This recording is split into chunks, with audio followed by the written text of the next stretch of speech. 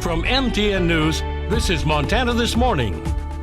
Severe storms hit Billings, leaving trees down, streets flooded. What the damage looks like and how the cleanup is progressing just ahead. I'm Jolisa Lee in Belgrade, where the school district is hoping to reduce student anxiety and increase attendance by having parents present during the school day. Coming up. All right, it is 6:30 on this Tuesday. Chet Lehman, Matt Elba with you here. That's a nice shot on the Community Hospital of Anaconda ICAM. It's behind us too. Look at that. I love that. It's beautiful. It's wonderful. Nice. Traffic moving along famously. Yeah, absolutely is. It's a nice morning. It's actually a few degrees warmer than what we would typically see at this point, or have seen anyway. Right. The temperature's into the 50s now. It's been in the 60s most of the morning. A little breezy. I can see the trees swaying a little bit outside. There are some showers showing up on radar. Most of this not hitting the ground and moving away. That means our skies are going to clear in a hurry, allowing these temperatures to warm up in a hurry. It looks like another daytime high into the 80s, near 90 degrees for much of the area. I think a little cooler for Bozeman proper, but as you look around the area, you'll probably see temperatures into the 90s on those bank thermometers. We're going to talk more about your big warm-up that's on the way coming up in just a few minutes. Stay on topic with the weather for just a little bit here at 6:31. In Billings, cleanup continuing after severe storms dumped hail and a whole lot of rain on the city, flooding many streets. TN's Matthew Hidalgo checked out some of the worst damage. Yeah, and we didn't have to go far to see some of this damage. I'm standing in the Q2 parking lot where a giant tree branch fell on one of our news cars. But we saw similar damage across the city, but it wasn't just tree branches. Kind of felt something on my head and it just started raining from the ceiling. Every day is different at the Sourdough Bagel in downtown Billings, but for owner Bonnie Perkins, this was a first. Water Sunday began pouring from the ceiling. Perkins believes it collected in a courtyard above her and had no other place to go. I was really freaked out because I was standing in a puddle of water and we have so much electrical stuff here, and I don't know, I was like, am I gonna get electrocuted or, you know? And not far away, city streets were quickly becoming reservoirs. Falling leaves from hail-battered trees clogged storm drains. This rain came in, it was really heavy for a long period of time, so it overwhelmed the storm sewer system. They're just not designed to carry that much water that quickly. And then there was the hail. From the west end to downtown, the reports of hail were anywhere from 0.2 of an inch to 1.5 inch hailstones that caused a lot of damage, especially to trees. The south side was one of the hardest hits, so we're starting out down there cleaning limbs, getting streets opened up so people can travel through. A mess that will take days for the city to clean up. In Billings, I'm Matthew Hidalgo, MTN News. All right, 6:33 now. The launch of the new mental health hotline number 988 has been in place since the 16th. With Montana ranking third in suicide rates nationwide, MTN's Hannah Hislop checking in on one Montana calling center and how it receives funding. When people dial 988, they are connected with trained staff to help with mental health crisis intervention. But our goal is to be able to help them to resolution.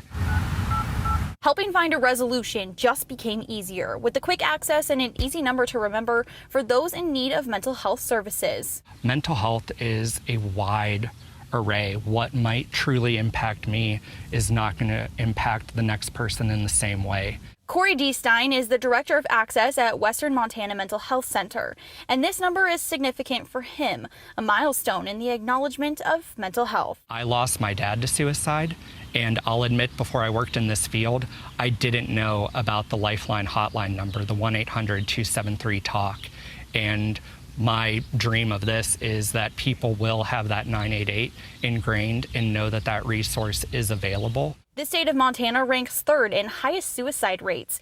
Western Montana Mental Health Center serves 7 counties and roughly 300,000 people. Since the launch of 988, they have received 805 crisis calls, and with an expected increase in nearly 30% in calls, funding for the program is a key piece to the puzzle. Montana was awarded federal funding from SAMHSA, which was divided among 3 call centers in the state: Bozeman, Great Falls, and Western Montana Mental Health Center in Missoula.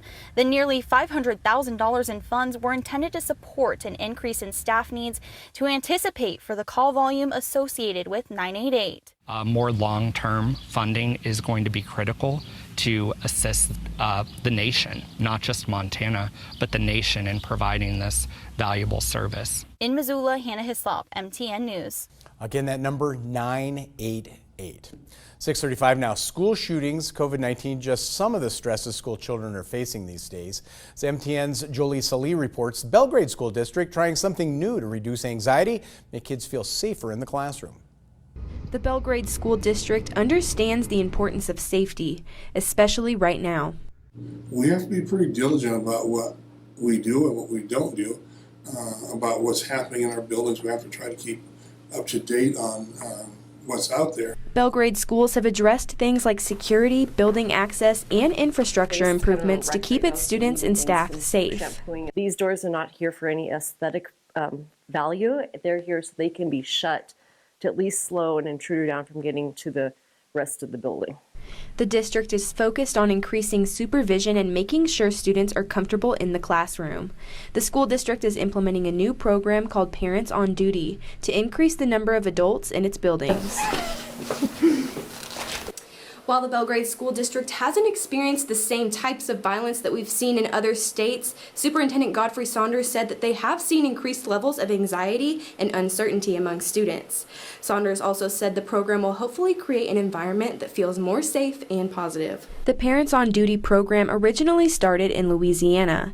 After looking into the program, school officials said that they liked the benefits participating schools had seen. Principal of Sky Creek Elementary, Lori Deeganhart, said what students need right now is to feel safe and know that they have people on their side. When kids trust you and you get to know them, they do feel safer. And that's what we want to be, is a safe place for them. And so if they can make a connection with an adult, that's really great. And that's what a lot of these kids are really needing. A training for the Parents on Duty program will be held July 26th from 8 a.m. to 4:30 p.m. in the Heck School Boardroom. Parents will be learning the do's and don'ts of schools as well as certain laws. Those wishing to attend should RSVP Godfrey Saunders at 406-924-2492. In Belgrade, I'm Jolie Salee, MTN News. All right, thank you, Jolie. 6:37 now. School enrollment in the U.S. is at an all-time high, and there's no projection of it slowing down. We talk more and more about families leaving bigger cities to move to more affordable communities. It's impacting school districts that grew much faster than they expected. Jesse Cohen shows us how one problem has led to several more that you might not have considered. Belgrade, Montana is a great example of a community affected by the current population boom. They've got a brand new school that's basically at capacity, and just across the way, brand new housing that's meant to bring in thousands of new families. But the biggest question is, when those kids move in, where are they going to go to school?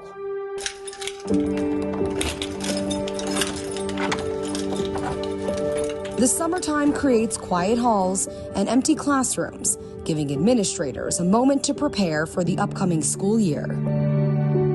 This should be an exciting time for Story Creek Elementary, a brand new elementary school going into its second year. This school is new. We came from a building that was, part of it was over 100 years old. So helping be part of the design team and having, shared learning spaces and some other unique things that other elementaries don't have. But Principal Lori Deeganhart can't help but worry when she glances at the new construction down the road.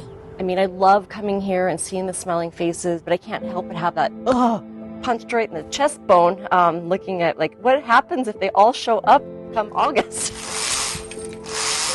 These roads here weren't there, and they're going gung-ho back here with putting in some infrastructure and roads back here. In the past 10 years, U.S. school enrollment has increased by 14%. And by the year 2100, the nation's schools are predicted to have to find room for 94 million students, nearly doubling the number of school-age children our country has now. We had, I think 25 or 30 new students enrolled last year. And at that rate, I'm going to be completely out of space. They predict, I don't know their calculations, but I will get 40 more students this school year. I have a feeling it's going to be more than that, the way I see all the little kids running around in these neighborhoods that are going in. They already got a taste of what things feel like when you have more students than space. I began the year with 18 kiddos in my classroom, and it was wonderful. That worked out great. By November, I was already at 22 students.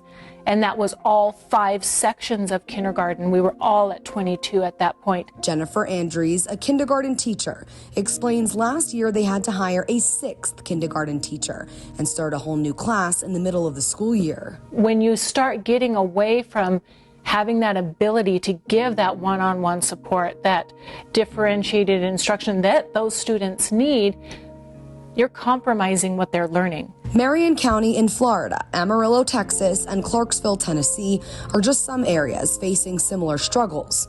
Increased enrollment is just one of the effects of more and more families moving to these smaller communities. My biggest fear right now is the affordability in the valley. It's not affordable, and our teachers can't find affordable housing, and so we're already not having enough staff in some areas. In Montana, the accreditation standard for kindergarten classes is 20 students. We were just over accreditation, we were running out of space. Without teachers and without being able to purchase new land for schools, solutions are nearly impossible. We get priced out to try to purchase land, and that's going to be our biggest hurdle, I think, is to get land in a place where would make it better for families to commute to the school. We all know it takes time for things to get passed, decisions to be made, schools to get built. But as Lori points out, time is not on their side. We thought we'd have probably a little bit more time before we need to build that 4th elementary, but the time is now. In Belgrade, Montana, I'm Jessie Cohen reporting.